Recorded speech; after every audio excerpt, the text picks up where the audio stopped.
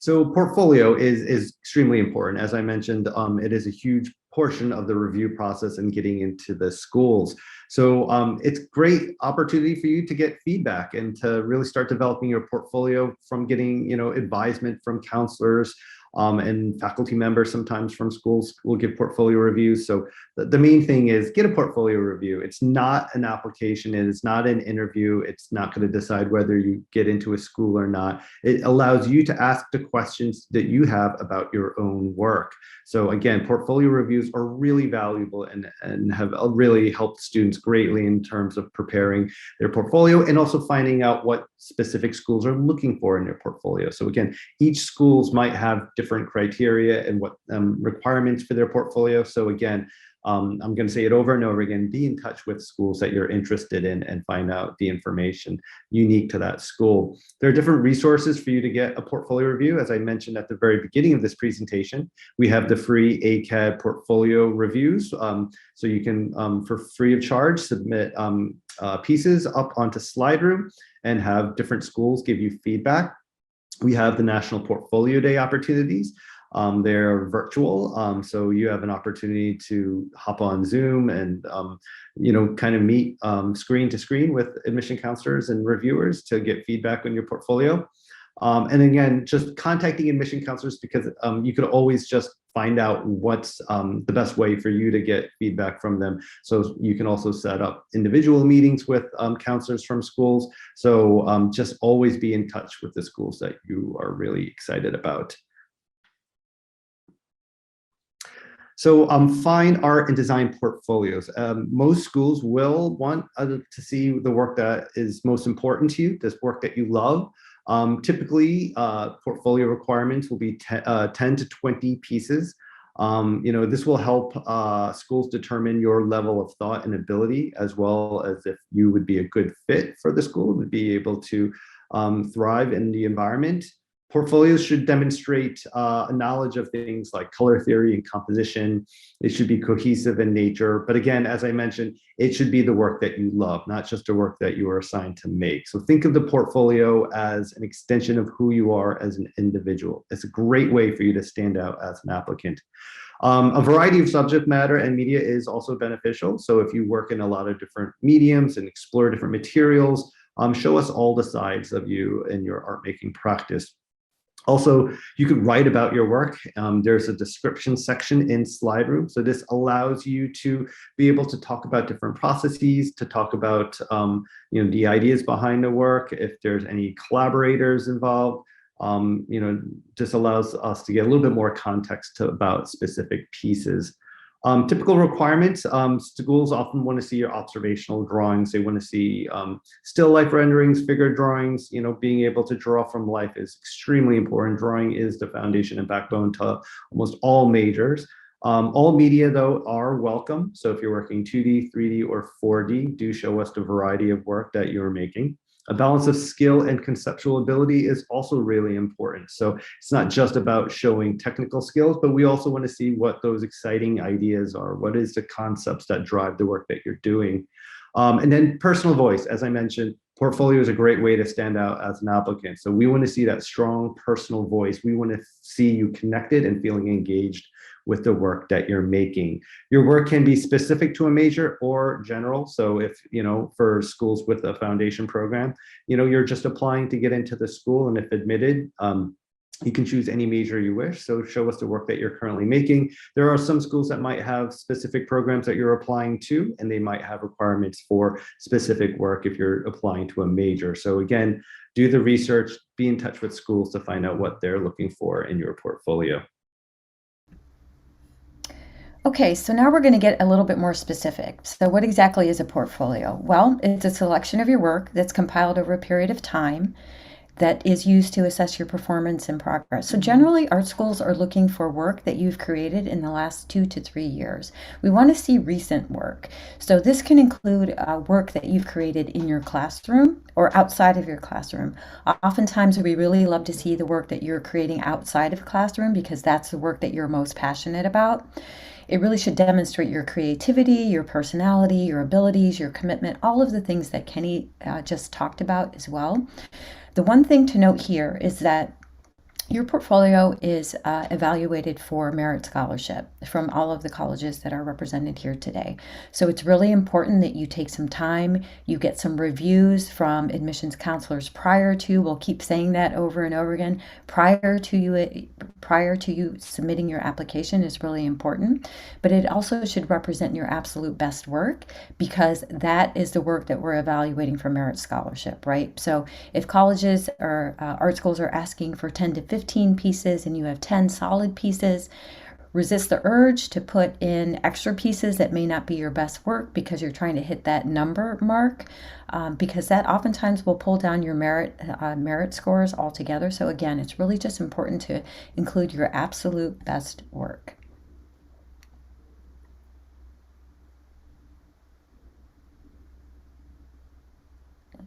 Okay, so what does it represent? Again, your portfolio should represent obviously your best work. It should give us some insight to who you are and how you view the world. We're really very interested in who you are as a creative and how you communicate to the world your ideas visually.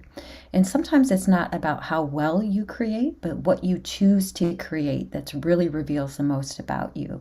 So you may, discover different ways of communicating through different medium or ideas. You may be experimenting in some things, but it's something that reveals some part of you and your creative experience, your creative worldview. I will say again that it's really quality over quantity. So again, make sure that the pieces are your absolute best pieces. We see portfolios come to us in a variety of different approaches. So this is really good news. So if you are an artist that works in series, so you have one particular concept that you're obsessed about and you're showing us variations on that concept, absolutely fine. If you are a single medium focused artist. So if you're a painter and your portfolio consists all of painting, or you're a digital illustrator and your portfolio is entirely digital illustration, absolutely fine. We see portfolios that are highly experimental, which is my favorite. And this is you really kind of mixing and mashing up different medium and presenting works in a different way, pushing the barriers beyond the canvas, all of that. And then we see concept driven, which is exploring topics like your cultural identity, pop culture, could even be grasshoppers, whatever it is, a topic that you're extremely obsessed about. And then we see observation and content. So this is you making distinct observations of the world and the environment around you and how your interpretation of those ideas and concepts manifest themselves in a creative manner. And then lastly, we see a breadth portfolio, which you can't go wrong with this. This is a mastery of your skills across multiple media. So it's a little bit of painting, a little bit of drawing, a little bit of some other medium, but it's really showing your mastery of that particular skill. Okay, so how many pieces? Again, check out each school's website. They're going to ask for a different number of pieces, but again, quality, quality, quality over quantity. Definitely a hefty dose of those wow pieces. Be mindful of how you're curating your portfolio. That's why it's important to connect with an admissions counselor so they can help you through that process. Oftentimes we get questions around, should I include process work? Again, depending on the school that you're applying to, they may or may not want to see process work, but oftentimes process work is a part of the actual end piece. Like if you're doing product design and things like that, we want to see that process. But again, you'll need to connect with the particular school that you're applying to make sure that you're following those guidelines. All right, so now we're going to talk a little bit about all those different types of portfolio work that Anita mentioned. So one of the first ones is technical skill. All of the schools are going to want to see how you make art and the skill set that you have. A great way to show us your technical skill is through drawing. Drawing is an absolutely fundamental skill for any kind of art. And showing how you translate the large, complicated, three-dimensional world into a 2D piece, how you show movement, how you show texture, all of that is a great set of skills. And you can see 3 different drawings here.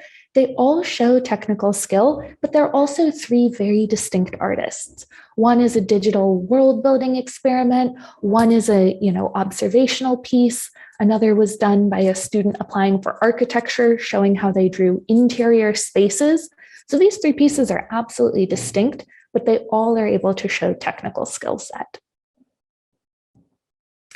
The other thing that we keep mentioning is story. The fact that your portfolio should actually be personal. It shouldn't look like anyone else's, because hopefully it's showing off you, what's important to you, your background, your history, your interests. Anything that is unique to you is valuable in the portfolio process.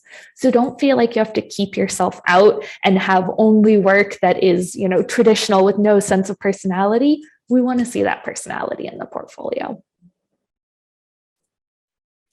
We also want to encourage you to put conceptual work in, to share the ideas and how you develop them and what topics, what concepts drive you to make art. That should be represented in your portfolio. And we do understand that sometimes conceptual work takes time, and you might have an idea that you're curious about, but you haven't gotten to that fully complete sense where you feel like you've absolutely, represented that concept all the way. That's okay. We still want to see your concept. We want to see how you're playing with ideas in your work. So feel free to put in those more conceptual pieces, even if they're, works in progress or the first in a series. We're still interested in seeing that. We've also talked a bit about process in this presentation. And I want to talk a little bit about what process work can look like. There's a few examples on the screen here. For some students, it's showing us an original sketchbook piece that then turned into a painting. For others, it's thumbnails and the ideation process as you, created a bunch of different drafts of a product design. For some people, it's color studies. There's a lot of different ways to showcase your process. And as Anita wisely mentioned, different schools do have different perspectives on showing process work. So talk to the schools you're interested in applying to. But in general, showing process work is part of how we understand how you got from an idea to a finished product. And that lets us see your work and how you make art, which is an interesting part of the portfolio.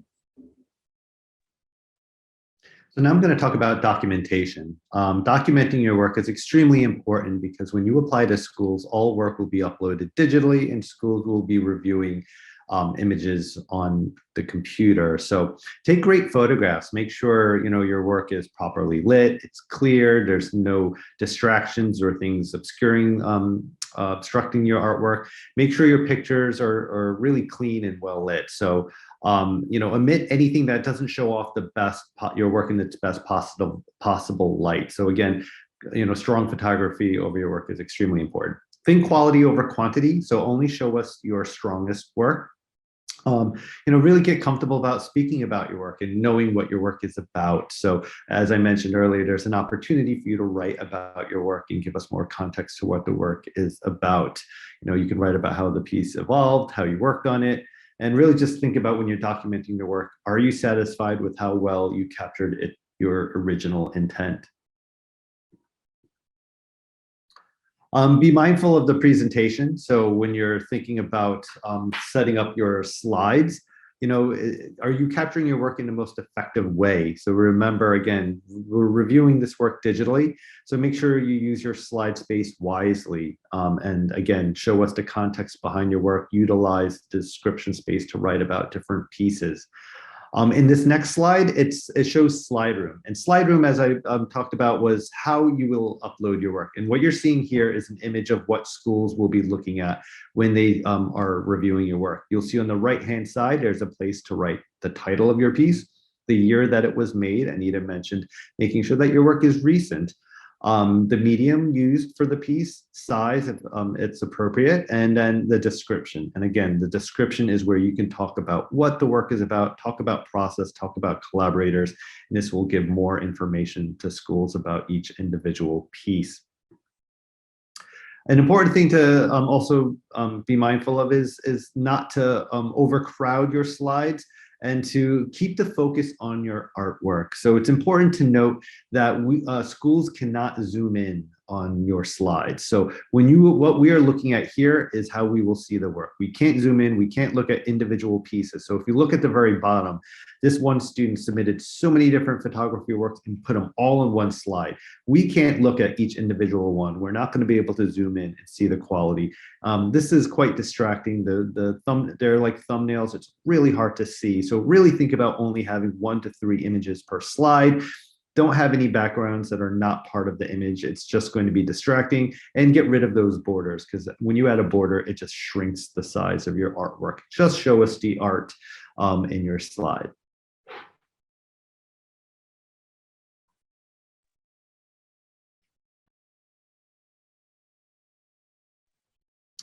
And then I believe CCS is going to talk about. So after considering all of those things and the recommendations that all the other counselors have made, we want you to also remember to experiment. Don't be afraid to step out of your comfort zone. So as was mentioned, we want to see a little bit about yourself. And sometimes you can do this by experimenting and showing that through your work. So a number of the pieces on this slide will show how the applicants at our schools have demonstrated that through experimenting in different ways of showing their art. We also want to tell you, don't be afraid to have fun. Art and design is fun and exciting, and we want you to be able to do that when you are showing your work to us. There's plenty of time to be serious later as you're studying at any one of our schools or any other school. So again, feel free to kind of take a look at some of the fun and exciting work that we have seen from portfolios. And lastly, from me, things to avoid. So earlier, they highlighted a number of different things that you should consider while you're uploading your work into SlideRoom or sharing it with an admissions counselor. I also want to highlight a few other things. We want to recommend that you avoid drawing on notebook paper, because as you can see in one of the images here, there's a number of components of that piece that we may miss out on seeing. We also recommend that you avoid fan art and existing characters or celebrities. We also, and you can see over on the side, a screenshot of an Instagram photo. There's a number of components that will be missed if you upload that type of item into your portfolio. What we're really trying to look at is the actual image and not necessarily how many likes an individual had, any comments that someone else had made on that. We think it's wonderful that you're sharing your work through those different venues, but we want to make sure that we're able to actually see the specific work that you want to share with us.